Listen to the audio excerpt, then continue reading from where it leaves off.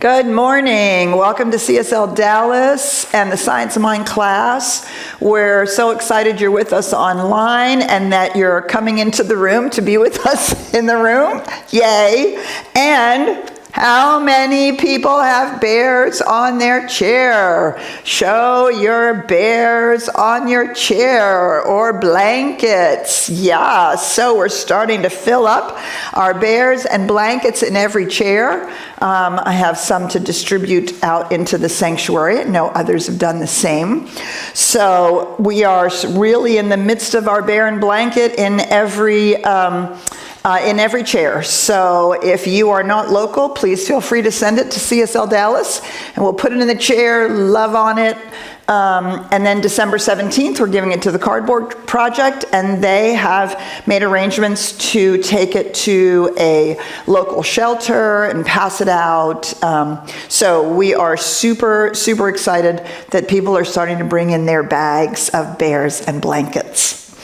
All right, now this little guy is not only going to get wrapped in love, but get an elevated consciousness. Okay. So this is the middle of 178. One should have faith in themselves, faith in their fellow human being, in the universe, and in God. So, you know, I just don't always agree with Ernest Holmes. And that how lovely it is that we get to do that. We get to question, we get to go, well, I'm not really sure about that. And so one should have faith in themselves. Yes, absolutely. One should have faith in the universe, and one should have faith in God, in the infinite spirit, life forever being for life. I question whether one should have faith in one's fellow human being. Because you can have faith in me, and I don't always behave properly as much as I would like to, right? You can sometimes ask me to do something, I put it on my task list, and then I forget.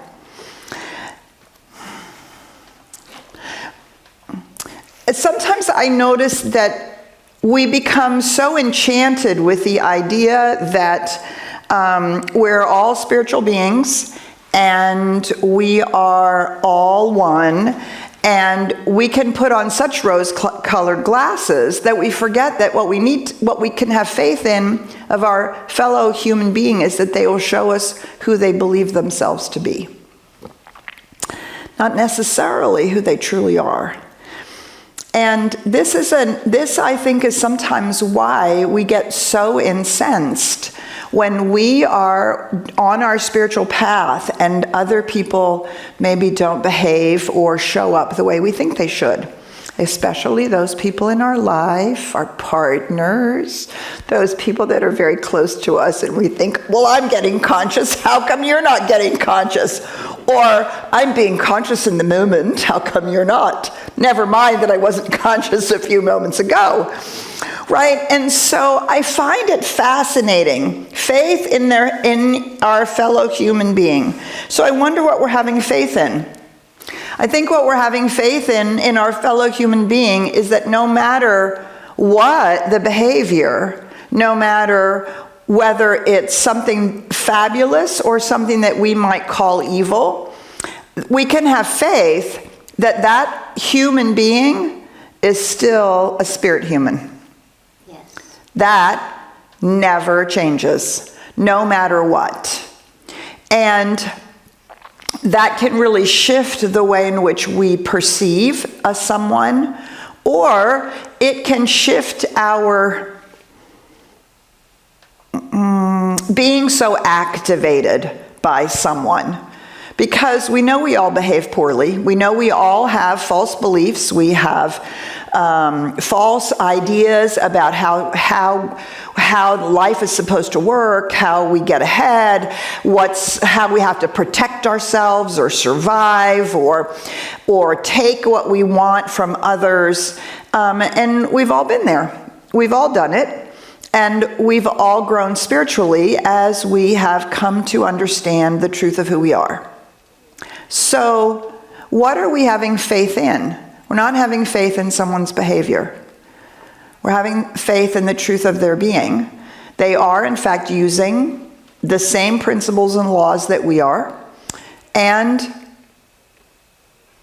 we can have faith that humanity will evolve. That humanity is forever growing, just as we ourselves are growing. And that's what I put my faith on when I see things happening in the world, in our country, around the planet, and I am afraid or angry or frustrated. I recognize and remember that humanity as a whole is evolving. And I have faith in that. Unequivocal faith in that, because life is always for life. And so despite the fact that in nature the volcano blows and trees are wiped out and houses are destroyed, ultimately new life comes from that. And volcanic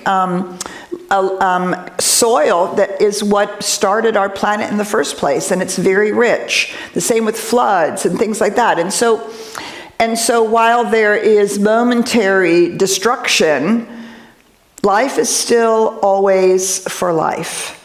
And that is what we can have faith in. That's what I have faith in. I have faith in that both for individuals and for humanity as a whole.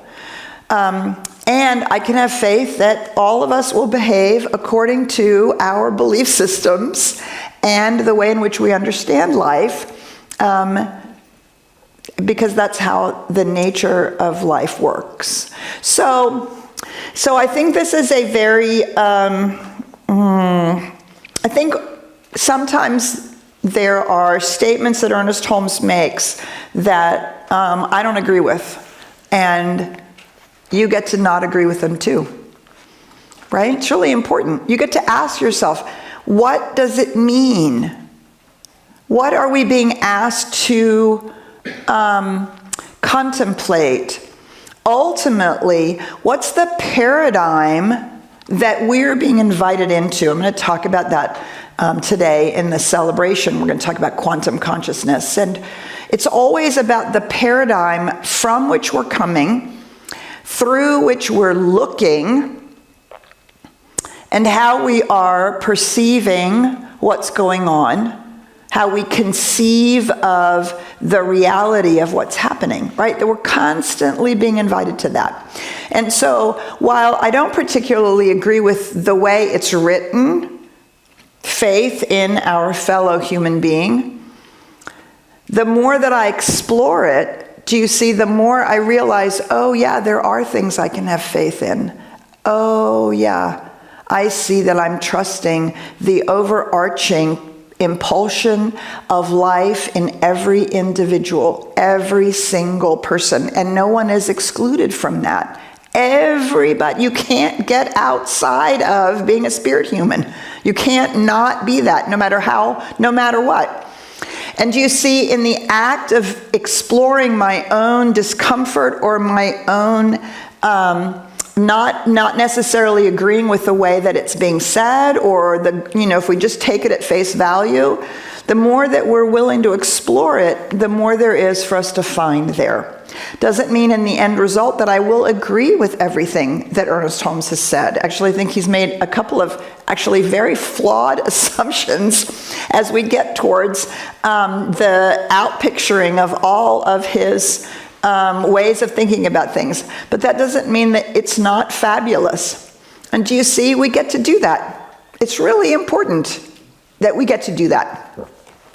Okay, so that's my little aside about Ernest Holmes, and we do not assume that this is an all-knowing human being or a guru, or that he can't have, or that we can't have more nuanced understandings or a deeper understandings as humanity does in fact evolve from a scientific point of view, from a deeper mystical point of view, all the ways in which we are growing. We might see things a little bit differently. Okay, so there is, okay, so the next paragraph is another thing that I disagree with. Sorry, Ernest. Okay, so he's talking about what a spiritual practitioner is. One who recognizes that in a human being, or recognizes humanity as spiritual reality, right? There's one mind, the practitioner makes this recognition, and it's within our own mind. Then, through the medium of the one mind, his statements rise to objective conditions in his patient. So, it's changing the condition. We're expecting our treatment to actually have an impact on the condition, to change it, heal it, grow it, whatever it is. Okay. According to the practitioner's belief and the patient, because remember, Ernest Holmes had a healing sanatorium when he was writing all of this. So he thought, because he was doing a lot of physical healing, according to the patient, according to his belief and the patient's receptivity. And then goes on to say, healing is accomplished through the act of setting subjective law in motion. The more spiritual or godlike the mentality of the practitioner, the more powerful the treatment. Okay, so here's where I have come to disagree in the need for the patient's receptivity. For the receptivity of the person for whom I'm doing treatment. Because if my demonstration is conditioned upon someone else's receptivity, then my treatment now has a condition in it. My treatment now has a limitation, the receptivity of the other person. But if somebody has come to me for treatment, there's already a need for receptivity to have grown, to be grown.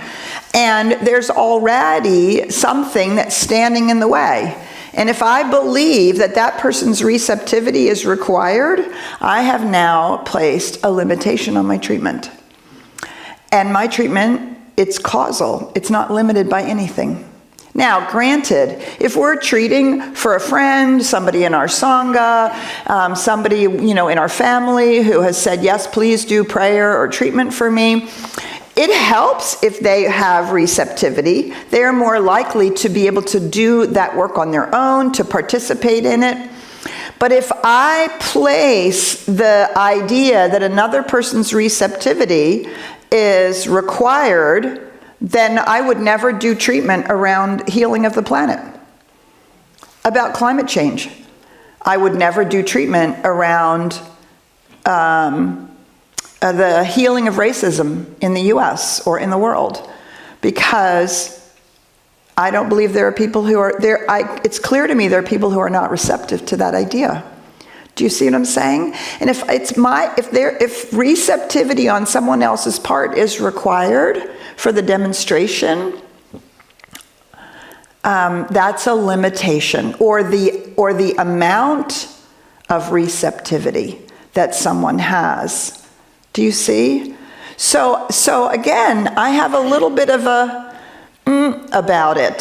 So does it help? Of course. When somebody's doing treatment for me, I'm working to accept it. I'm working to be receptive. I'm working to know, yes, this is the truth. Maybe I don't know it right now for myself. Maybe I'm in fear or doubt or just can't quite see it. So I ask for somebody to do treatment. I have people doing treatment for me, and it's lovely. And the more that I can grow my own receptivity, the better. But if my treatment for someone else, or truthfully even myself, is limited to my receptivity, do you see I have placed a limitation on the treatment? And I love this phrase. We talked about it earlier, sometime in the last however many months, when Ernest Holmes says we can demonstrate in spite of ourselves, in spite of our fear and doubt. Which completely, to my way of thinking, contradicts this idea that that there's something about the receptivity of the person that we're treating for, including ourselves.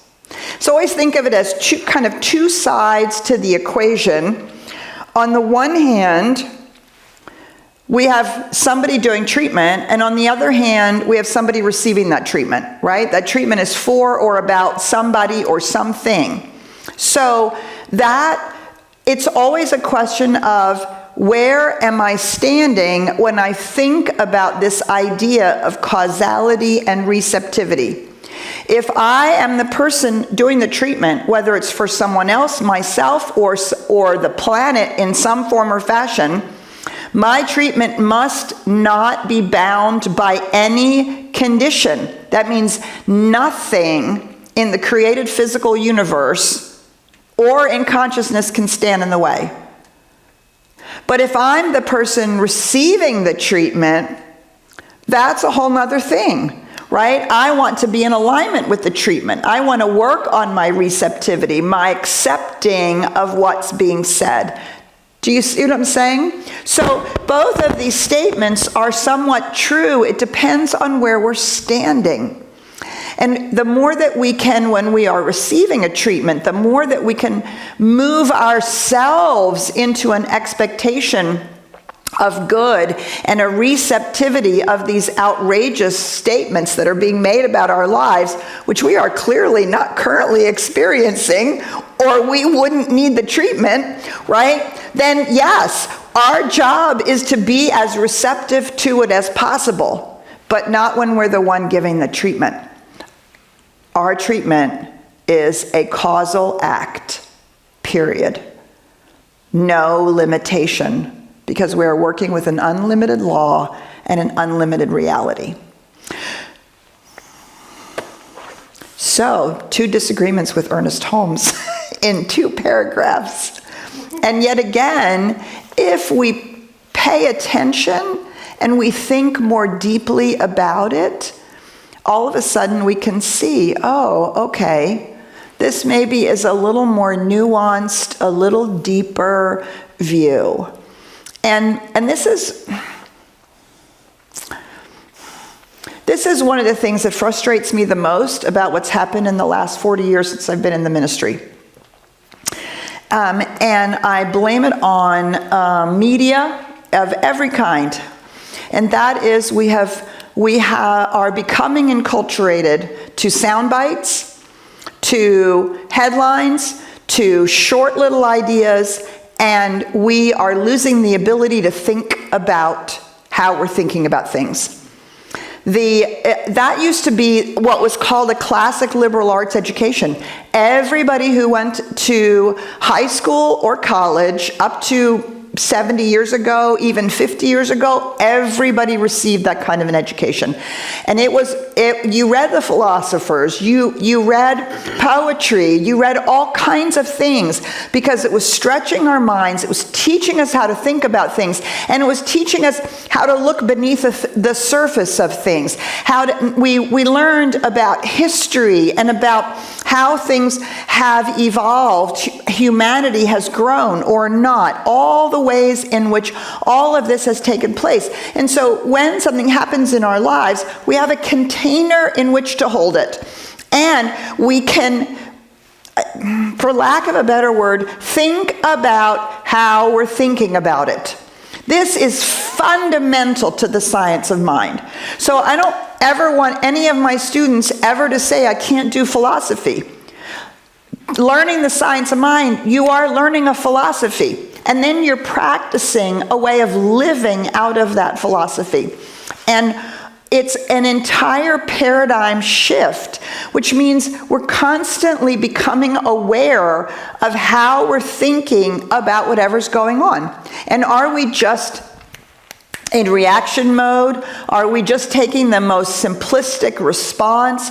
Are we only seeing it in this moment in time rather than set in the history of humanity, or the history of our nation, or the history of a people, or any of those things which begin to give us a broader understanding of what's going on?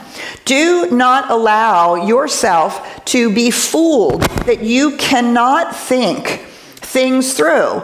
And it doesn't mean it's a cerebral. Sometimes for me, thinking about something is I'm playing with the words, but what I'm actually doing is listening to how it resonates in my body, in my psyche, in my consciousness. Do you see? It's not just a cerebral act. The Greeks talked about us as a psyche, right? Head, heart, and gut, which, interestingly enough, is exactly where we have our brain cells. Head, heart, and gut. Right? And so when we say this kind of thinking, it's not just, oh, now I'm having a thought and I'm going to analyze it and I'm going to analyze it until I completely understand it. No.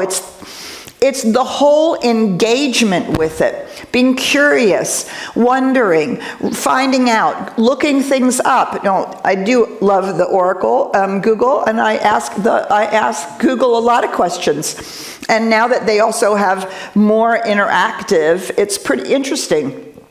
And so all of this allows us then to do the same thing with what's going on in our own consciousness. Have I thought deeply enough about this? Have I really gotten underneath what's going on?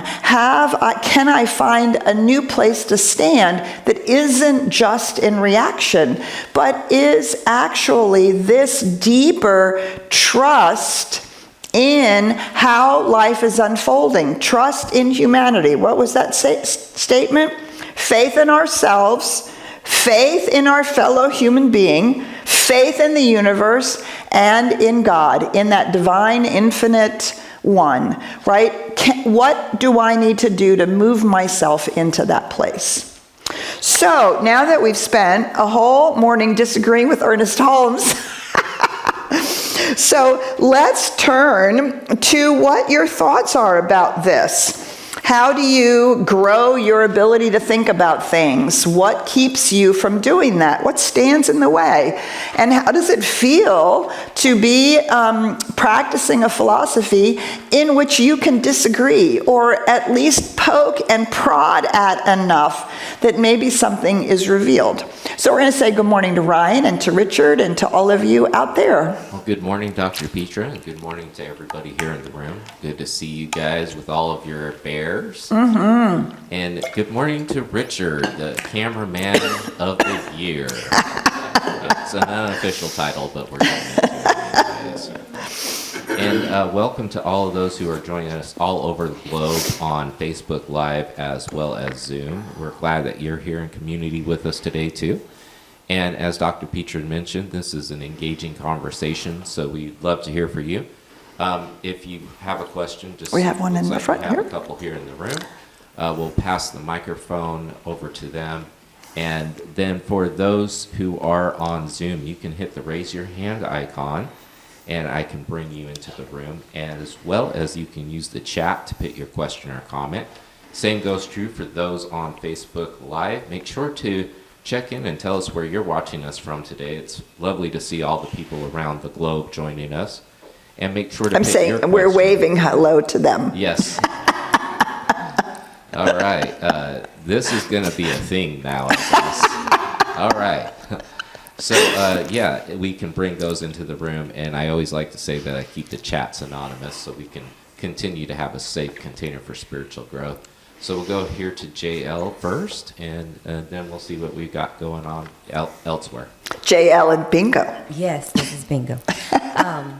So I can't tell you how appreciative I am of being able to question.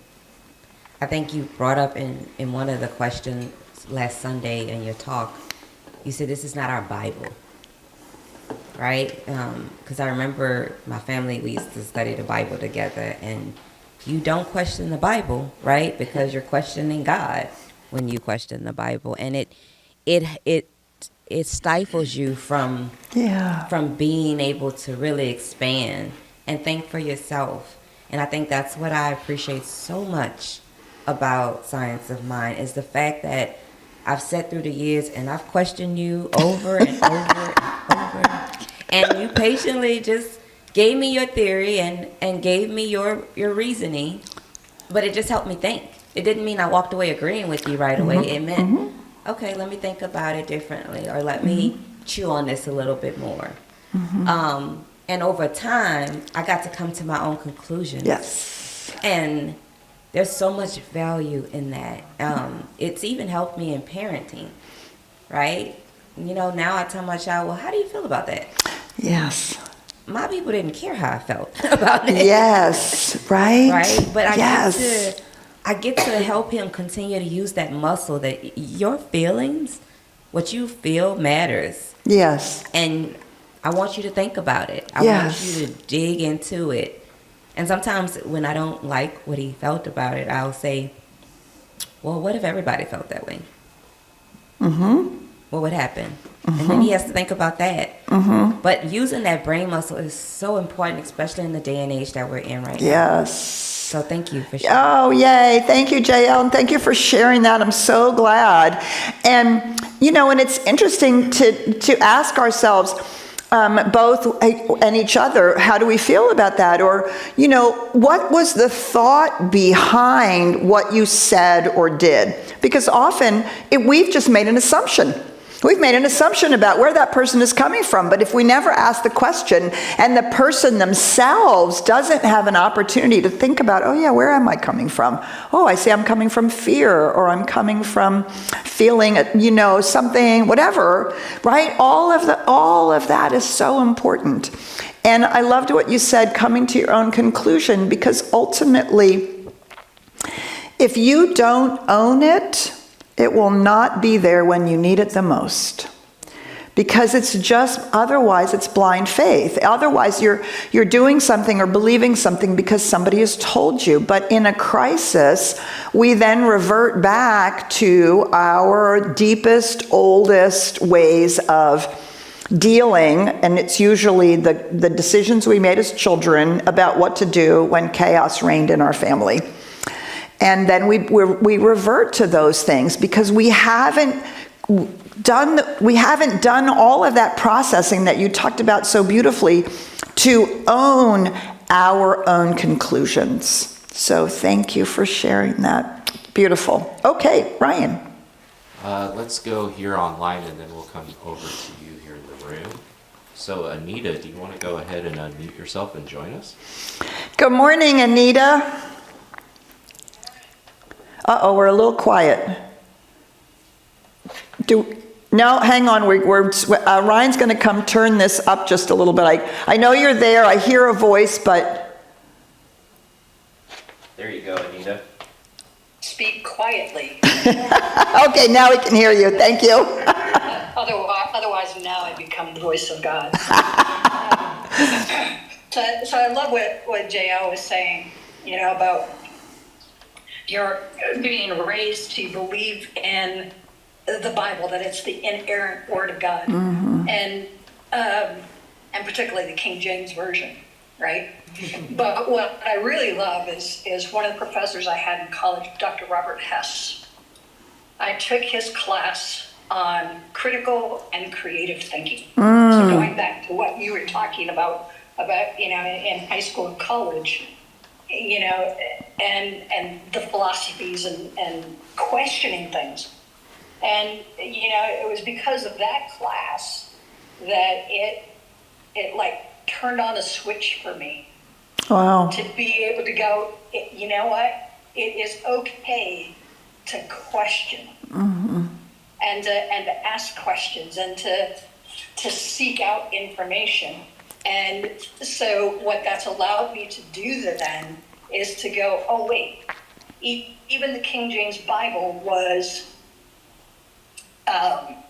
placed together by men.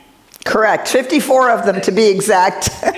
who chose and picked what they wanted to put in there and what they didn't. Yes. And then also beyond that is that every translation is based on somebody's opinion, because they have to decide between, you know, is something stated this way with a comma placed here versus the comma over here.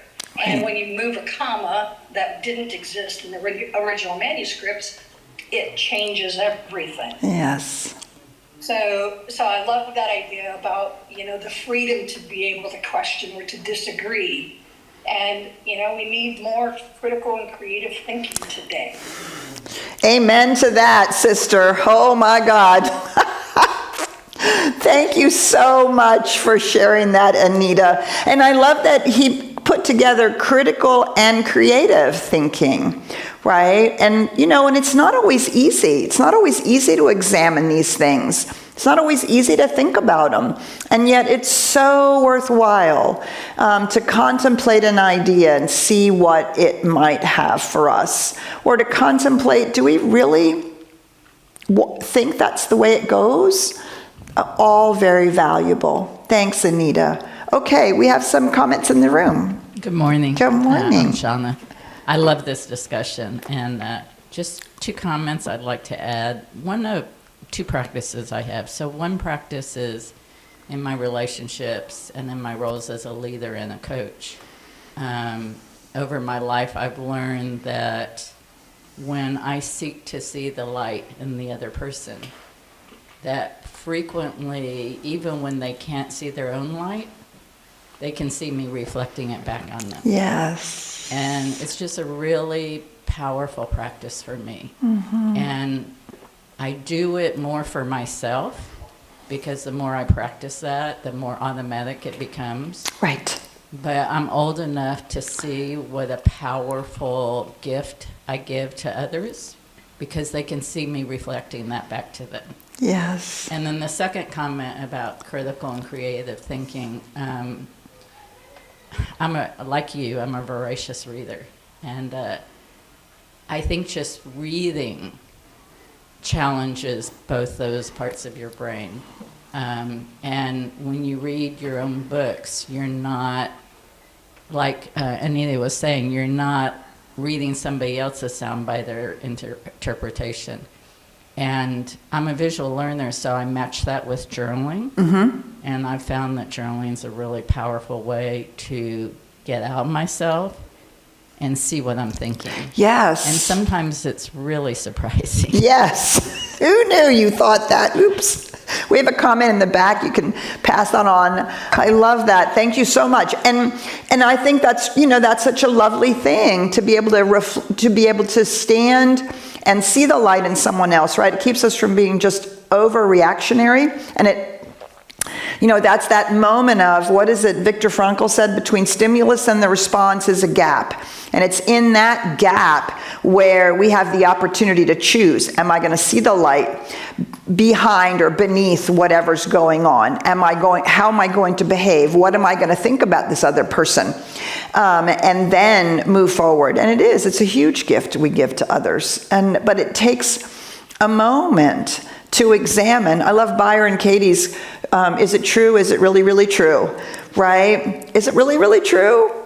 Maybe I should ask a question first. Find out what's going on. Beautiful. Thanks, Shauna.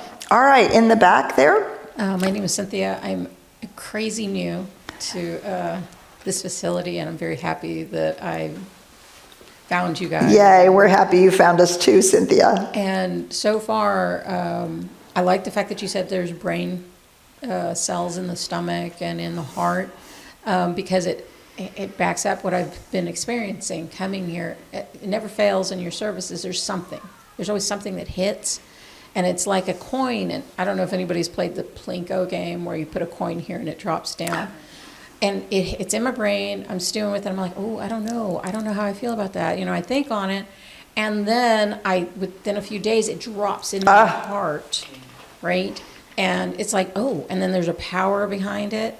And I'm excited to see when it drops into my gut, because I really feel like I'm building a treasure, like a bank that has the richness of the thoughts that have gone ahead and worked down that way. That's how I'm feeling it right now. Beautiful, Cynthia. I love that so much. And what a great metaphor for, we think about it.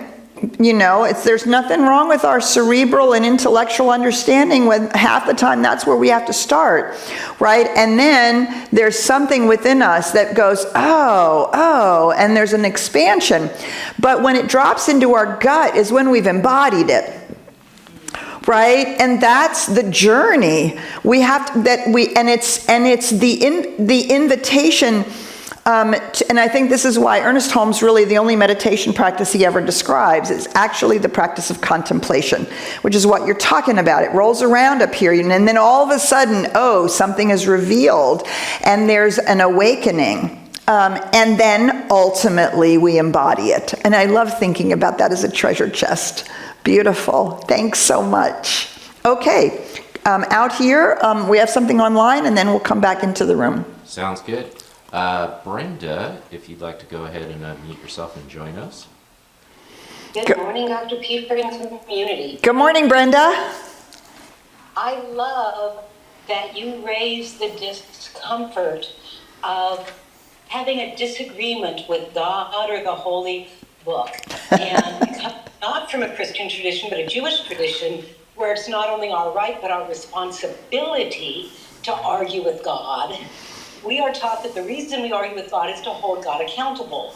And now, as a science of mind practitioner, realizing that God is in, through, and as everything and everyone, that means when I look out at the world and the condition of the world and have that disagreement, it is looking at self-responsibility, so just responsibility, because if we're arguing to hold accountability, we're the ones that have to stand there. Yes, beautiful. I love that so much. I love that so much. Thank you for sharing that. Yeah, and remember that it's not just intellectual, what should we say? It's not mental gymnastics. If we're doing mental gymnastics and we're simply trying to analyze it and be as perfect about it, we're not doing what Cynthia so beautifully said. We're not contemplating the possibility of what this idea might mean and allowing it to work us, as opposed to us trying to analyze it and then either agree or disagree. Right? More importantly, it's how does it move us? What does it invite us to think about? How do we expand our understanding of what's really going on? And of course, it's always very valuable to examine where we go into resistance, right? What is that resistance about? What's it leading us to?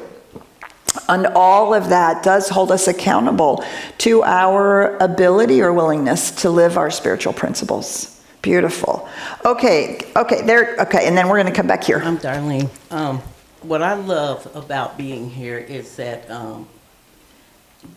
we're pointed to be given permission to accept and explore and to sink into our own sovereignty about what we think. And what just a little bit of fairness about the Bible is that we were not encouraged to read it for ourselves.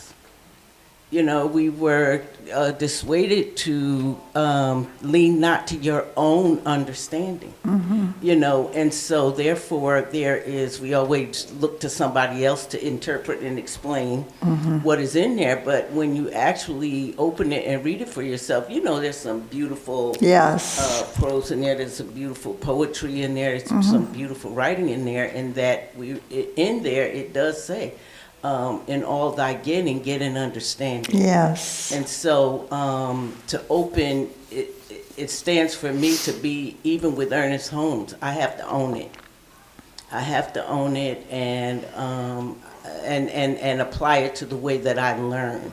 Yes. You know, and how Cynthia just explained it is the way that I learn. And so it's beautiful to be able to be in this space here and be comfortable to say, this is the way that I think about whatever is getting to me. So now I'm like, this is the gospel according to Darlene. Right.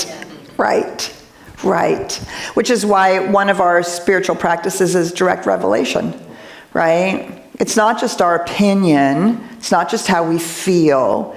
It is that contemplation that moves in and then it begins to resonate. And there's something that we begin to own about it. And we've done the work to not fool ourselves, right? Because that's not okay either. But we want to do this deep work that we are really owning it. So thank you, Darlene. I love that. It's beautifully said. Okay, last comment. Sorry. It's That's me, our, no, bingo don't be again. sorry. So I was thinking about your the part about being receptive, the practitioner and the prayer, and I was thinking of it as how powerful the practitioner work is. It was like a pill, right? Once you digest the pill, it does its work. Yes. Whether you see it up front right away or not, sometimes it takes a minute or two for that pill to kick in. Mm-hmm. But get in those prayers, no matter how receptive you are, once you've digested, the work is started. Yes, and that's of course why it's called a treatment. I always think of a spiritual mind treatment like a pill for your consciousness. That's exactly right, and I love that. Thank you so much. It's a great analogy. All right, anything else out there we should talk about, Ryan, before we close? Any more comments or people who want to say something? Yeah, I do have a comment here in the chat, so I'll ask it. It says, what is the discernment between the understanding of spirit human and superhuman? By superhuman, I do not mean superhero. I am referring to the inclination to aspire to continually bettering oneself. So what's your thoughts about what the difference between spirit human and superhuman would be?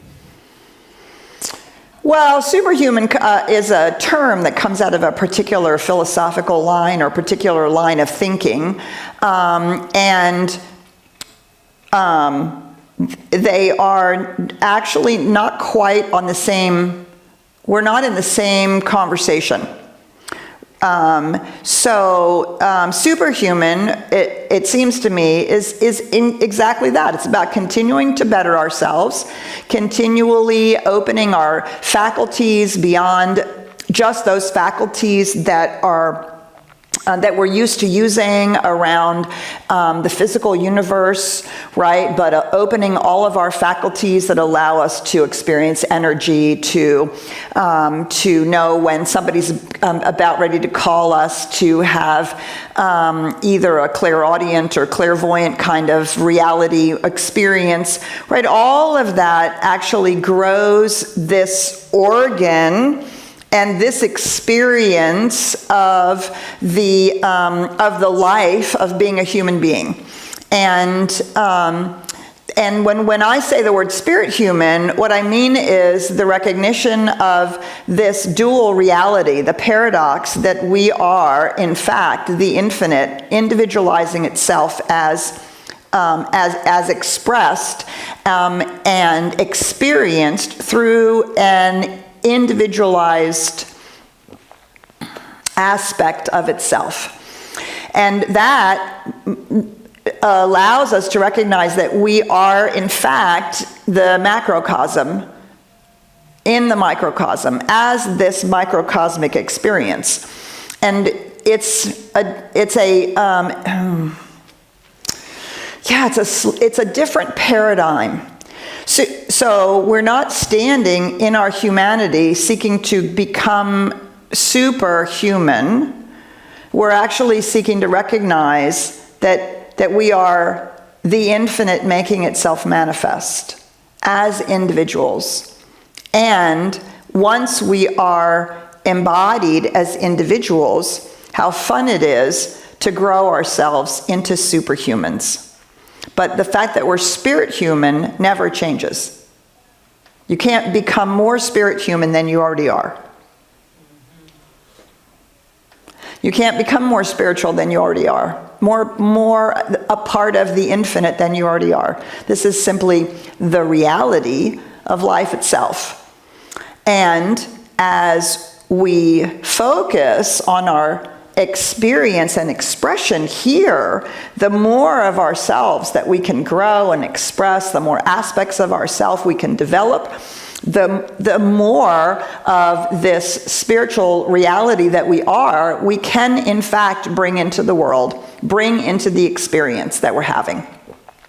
So they dovetail nicely together, but they aren't. They're not in opposition. They're talking about two slightly different things. It's a great question. And sometimes we try to make all of our mental maps fit over top of each other. And sometimes they're just talking about different parts of the territory. So it's a great question. Dr. Petra, I know that at the beginning we were showing all of these bears and all of these blankets.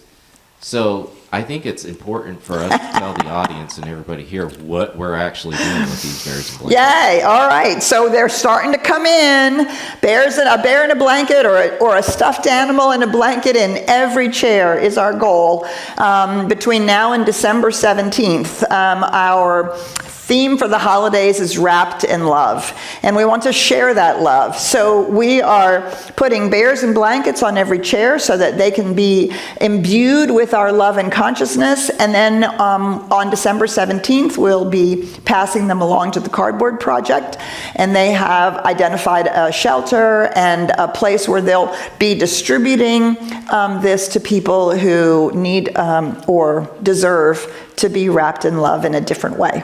So bring your stuff into the center. We have them here where we have our class and our meditation. We'll have them in the sanctuary. If you're online, we'd love to have you send us some stuff and we will put it on the chair for you. And they have to have tags.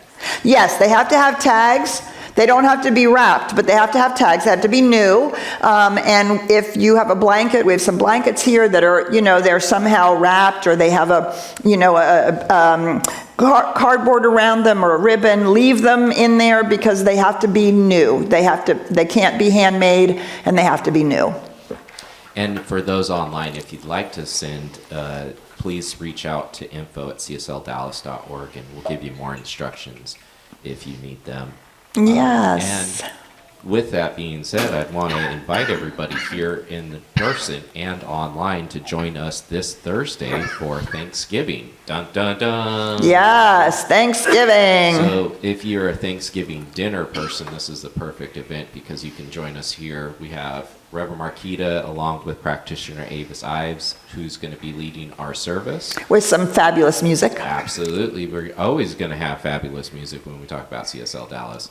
And so I want to invite you to come and join us for that. It's going to be both in person and online. And that starts at 11 a.m. Central Time. And then stay afterwards for our potluck. And so we just invite everybody, bring your favorite side dish. Or dessert. Or dessert. Not saying the word dessert often enough for me. Peter likes carrot cake. Anyways. And so I want to invite that for everybody here. If you don't have somewhere to go, if you have somewhere to go, please just still come over here to CSL Dallas and join your spiritual community.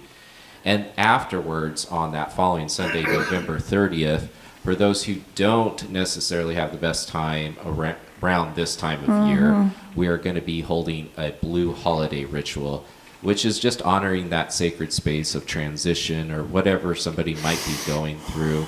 We'll be having a lovely ritual with some sacred music and sound led by Reverend Marquita.